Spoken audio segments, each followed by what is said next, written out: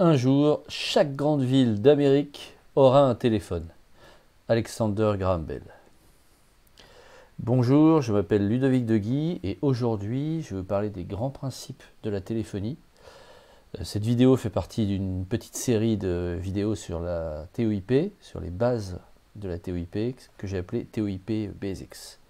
Donc si ce genre de vidéo vous intéresse, je vous encourage à cliquer sur le lien que j'ai mis en dessous pour s'inscrire à la newsletter et pour être notifié dès que je sors une nouvelle vidéo de ce type et pour ne rien louper. Alors le premier grand principe de la téléphonie, c'est ce qui s'appelle la commutation. Alors la commutation, ça consiste à mettre en relation deux correspondants téléphoniques. Donc sur le petit schéma que je vous ai mis en dessous, donc on a de chaque côté un correspondant et au milieu on a des commutateurs téléphoniques.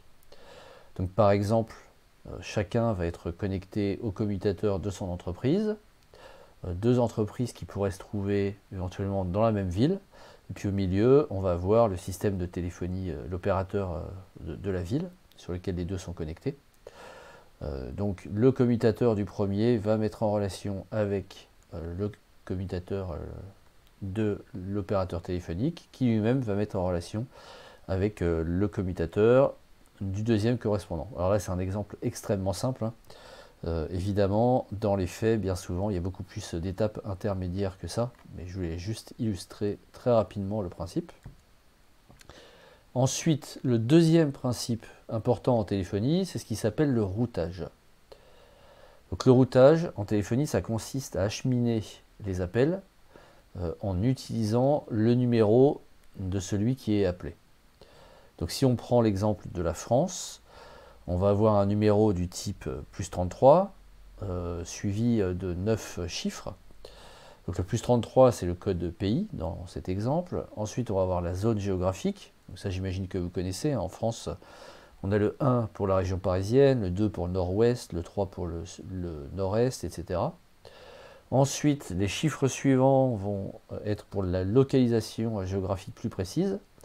Bien souvent, ça va être pour une commune, mais si on est dans une grande ville, on va souvent avoir plusieurs localisations possibles. La ville va être découpée en différents morceaux de taille qui permettent de numéroter avec juste quelques chiffres à la fin. Et puis enfin, on va avoir le numéro de ligne dans la zone, dans la localisation géographique. Troisième principe de la téléphonie, la signalisation. Donc la signalisation, c'est ce qui va gérer toutes les informations de gestion liées aux appels. Donc on va avoir de la signalisation entre les abonnés téléphoniques et le réseau téléphonique. Puis aussi on va avoir de la signalisation entre différents composants du réseau téléphonique. Donc le cas typique de signalisation, c'est je veux émettre un appel, donc je compose le numéro de la personne que je veux appeler.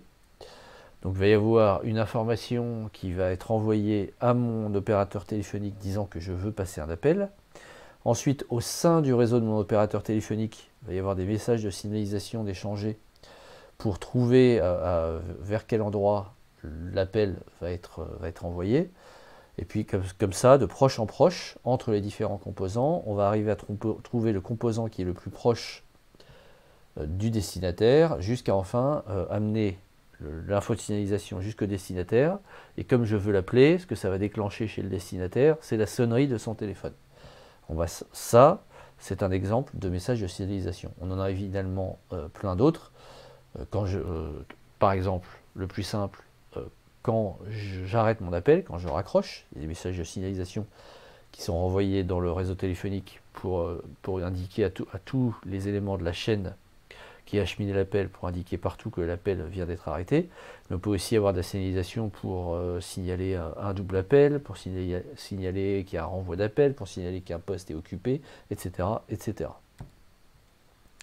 Principe suivant, c'est la numérisation de la parole.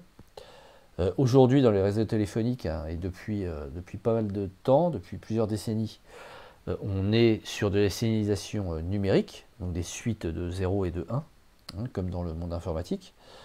Donc le signal analogique qui est la voix c'est un signal analogique, quand on parle on n'émet pas des 0 et des 1. Donc ce signal analogique il va être transformé par de l'encodage et de la compression. Donc l'encodage, c'est ce qui permet de transformer un signal en un autre, et ici dans notre exemple c'est vraiment transformé en une suite de 0 et de 1. Puis la compression, ça va permettre d'être plus efficace dans la quantité de données transmises. Aujourd'hui, sur la plupart des réseaux téléphoniques, on a différents mécanismes de compression, que ce soit sur le réseau mobile, pour la téléphonie sur Internet, etc. On va avoir de la compression. Donc ça, c'est fait au départ. Et évidemment, à l'autre bout, quand il y a la réception de ce signal numérique, pour le retransformer en signal sonore, pour qu'il puisse être audible par un être humain, il va y avoir décompression et décodage du signal. Et enfin, le dernier principe qui est vraiment important pour le fonctionnement de la téléphonie, c'est le transport de la voix. Donc comme j'indiquais juste avant, la voix qui va être encodée et compressée, elle est transmise sur un réseau numérique. À l'autre extrémité, elle est décompressée, décodée et retransformée en un signal analogique. Donc pour pouvoir faire ça, le réseau téléphonique va avoir un certain nombre de technologies et de mécanismes qui vont permettre de transporter la voix d'un bout à l'autre entre un appelant et un appelé. Et le débit va évidemment être en fonction du niveau de compression et puis de la façon dont est encodé le signal. Par exemple, un signal qui est encodé de manière stéréo, ça va prendre plus, ça va nécessiter plus d'informations qu'un signal qui est encodé en mode mono. C'est totalement logique. Donc j'en ai fini pour aujourd'hui. Comme je disais tout à l'heure, si vous êtes intéressé par ce type de vidéo, inscrivez-vous à la newsletter, j'ai mis le lien dans la description. Vous serez notifié à chaque fois que je sors une nouvelle vidéo, donc vous ne manquerez rien. Et puis ça vous permettra d'accéder aussi en avant-première aux formations sur la téléphonie et sur d'autres sujets que je suis actuellement en train de préparer. À bientôt.